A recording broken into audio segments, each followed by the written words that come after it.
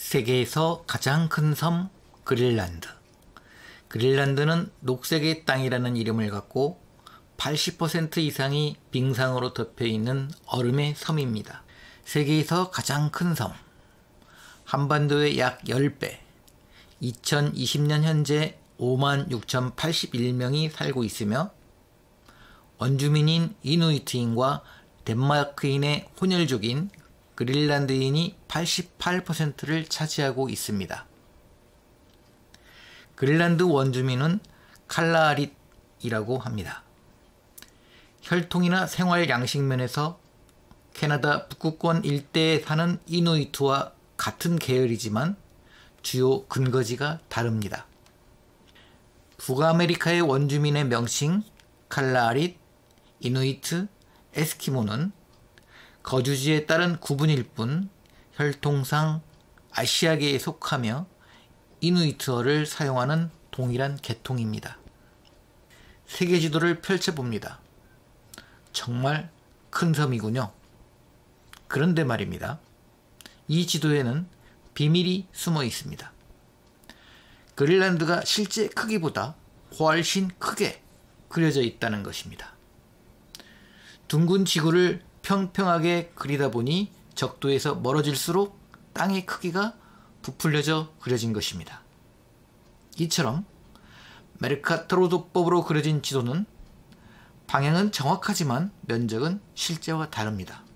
바다에서 항해할 때 각도를 사용하기 때문에 유용한 지도입니다. 그린란드 자연환경.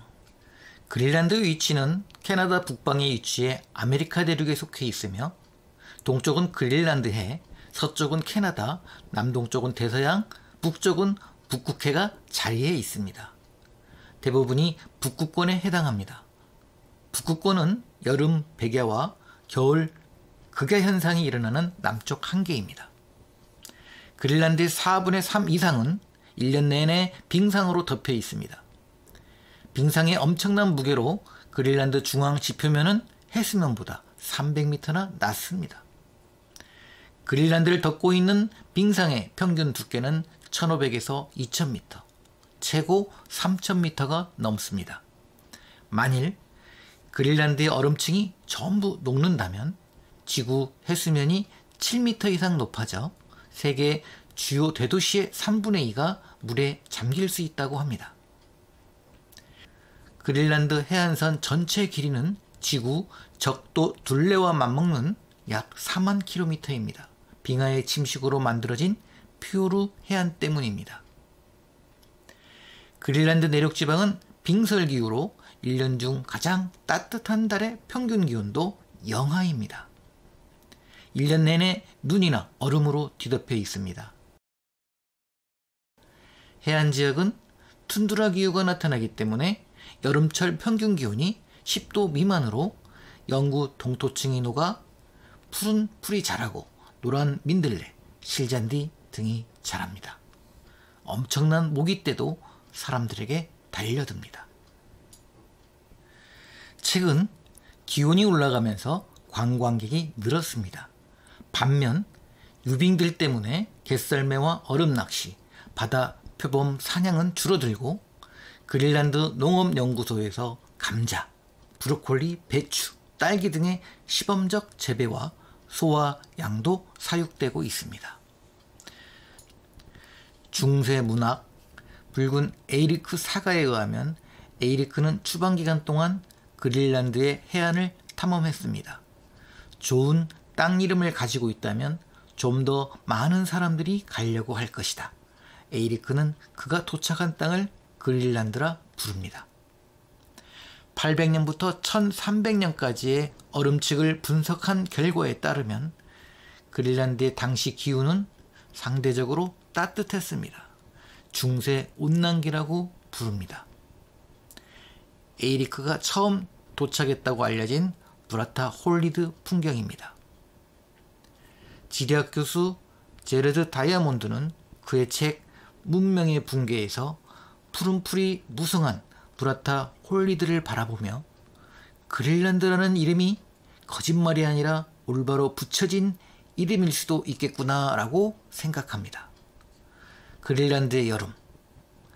해안 지역에서는 푸른 나무와 꿀벌, 그리고 반팔 옷을 입은 사람들을 볼 수 있습니다. 그린란드의 역사. 그린란드의 원주민 이누이트인들은 마지막 빙하기의 아시아 대륙에서 넘어와 북아메리카의 대륙에서 살다가 기원전 2500년경 그린란드 북부 툴레의 좁은 해협이 얼었을 때 그린란드로 들어왔습니다. 한때 8세기 초부터 약 300년간 사람이 살지 않는 섬이기도 했지만 바이킹이라 불리는 노르만족이 10세기 초 아이슬란드에 정착하고 10세기 말 기온이 따뜻해지면서 바다 건너 서쪽으로 진출했습니다. 악명이 자자했던 바이킹 투르발도는 살인죄를 짓고 가족과 함께 노르웨이에서 아이슬란드로 쫓겨나고 그의 아들 에이리크도 살인죄를 범하고 아이슬란드를 떠나 서쪽 땅 그린란드에 도착합니다.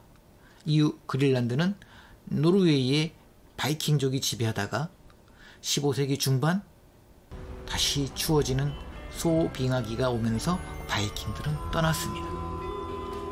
16세기와 17세기에 걸쳐 유럽에 탐험대는 그린란드에 왔고 17세기와 18세기부터 이누이트와 접촉한 것은 주로 유럽인의 고래잡이였습니다.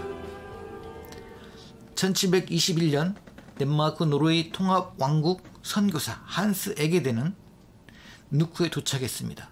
그는 북유럽 정착민을 찾지 못했지만 대신 이누이트인들을 기독교로 개종시켰습니다. 노르웨이 덴마크 통합왕국이 분리된 후 1814년 킬 조약에 의해 덴마크의 식민지가 되면서 원주민 이누이트들은 점차 유럽 문화에 종속하게 되었습니다. 1953년 덴마크는 그린란드를 주로 승격시키고 주민들에게 덴마크의 시민권을 주고 덴마크어를 사용하게 해 덴마크 문화를 이입시키려고 했습니다. 그러나 그린란드 주민들은 자치권을 요구했고 그린란드는 1979년 5월 1일부터 자치권을 획득했습니다. 그린란드는 독립국가를 지향하고 있습니다. 2008년 11월 25일 자치권 확대를 위한 주민투표를 실시해 75%가 자치에 찬성했습니다. 2009년 6월 21일 사실상 독립을 선언했습니다. 이 조치로 애교와 국방, 통화정책을 제외한 입법, 사법, 경찰권, 지하자원에 대한 권리 등을 가지게 되었습니다. 재정 자립도가 약해 연간 예산의 약 60%를 덴마크의 지원을 받고 있습니다. 미국은 알래스카를 매입한 뒤 끊임없이 그린란드에 군침을 흘려왔습니다. 냉전 시대에는 툴레 공군기지가 건설되었습니다. 최근 트럼프 대통령이 그린란드 매입을 고려하고 있다는 보도가 나오고 트위터에 올라온 트럼프 타워 합성 사진으로 화제가 되었습니다. 미국의 진짜 속내는 최근 중국의 북극 정책에 대한 반발과 휘토류 확보 때문이라는 설이 유력합니다. 덴마크와 그린란드 사람들의 반응입니다.